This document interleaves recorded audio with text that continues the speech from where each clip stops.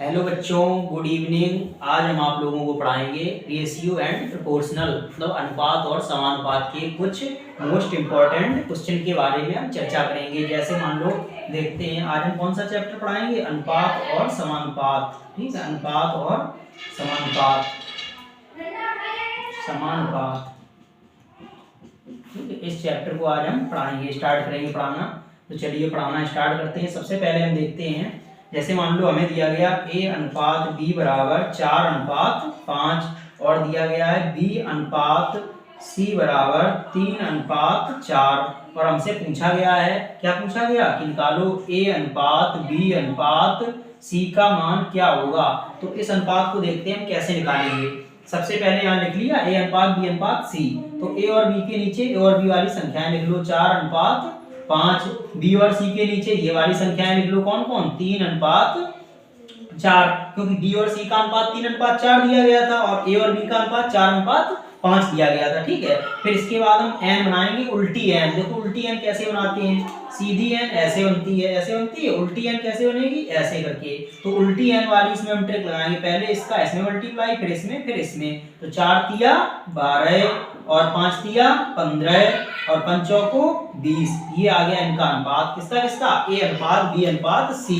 फिर हम देखेंगे किसी टेबल से ये क्या कट रहा है, ये नहीं कट रहे, तो यही इसका आंसर हो गया। उल्टी n बना के इसका हम आंसर a अनुपात b अनुपात c निकाल सकते हैं। तो सभी लोगों को हमारी ट्रिक की समझ में आई। चलिए दूसरी ट्रिक देखते हैं एक और। जैसे मान लो हमें ऐसा दिया जाए कि a अनुपात b बराबर 4 अनुपात 3 और b अनुपात c बराबर 5 अनुपात 6 और c अनुपात d बराबर 2 अनुपात 4। हमें ऐसा दिया जाए और हमसे पूछा जाए, क्या पूछा जाए, ये वाली तो पहले वाले की होगी ट्रिक। हमसे पूछा जाए a अनुपात b अनुपात c अनुपात d का मान क्या होगा।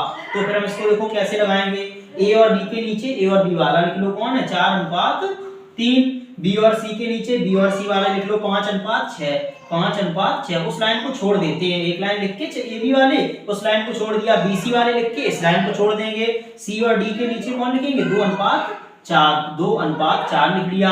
फिर क्या करेंगे, इस वाली ट्रिक में देखो कैसे निकालते हैं। जो जिसके बगल में है, जो जिसके बगल में है उसको वहां भर देंगे। यहाँ जगह खाली है, 3 के बगल में है जगह खाली, 3 3 भर दिए। यहाँ 6 के बगल में खाली जगह 6 भर दो, जो बगल वाले हैं वही भर देंगे।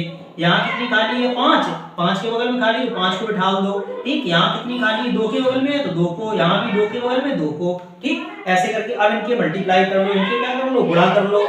5 को 20 दूनी 40 अनुपात 5 तिया 15 दूनी 30 अनुपात 6 तिया 18 दूनी 36 अनुपात 4 छंग 24 तिया 72। ये हो गए अनुपात। तो इसको देखेंगे किसी के टेबल से ये कट रहे हैं तो इनको काट सकते हैं, जैसे 2 से काट सकते हैं। 20 दूनी 40, 15 दूनी 30, 18 दूनी 36 और 36 दूनी 72। तो ये हमारा इसमें अनुपात आ गया 20 अनुपात 15 अनुपात 18 अनुपात 36। तो ये वाली भी समझ में आई। अगर 4 वाला पूछा जाए कि a अनुपात b अनुपात c अनुपात d का मान क्या होगा, तो हम ये दो टाइप के क्वेश्चन तो बिल्कुल अच्छे तरीके से सीख चुके हैं। चलिए अब हम देखते हैं, जैसे हमसे एक क्वेश्चन और कहा जाए, हमसे ये कहा जाए कि 16 व 4 का मध्यानुपाती क्या होगा। क्या कहा जाए, मध्यानुपाती क्या होगा। तो देखो हम कैसे निकालेंगे मध्यानुपाती, मध्यानुपाती क्या होगा। ठीक है, मध्यानुपाती क्या होगा। तो बहुत सिंपल और आसान तरीके से हम इनका मध्यानुपाती निकालेंगे।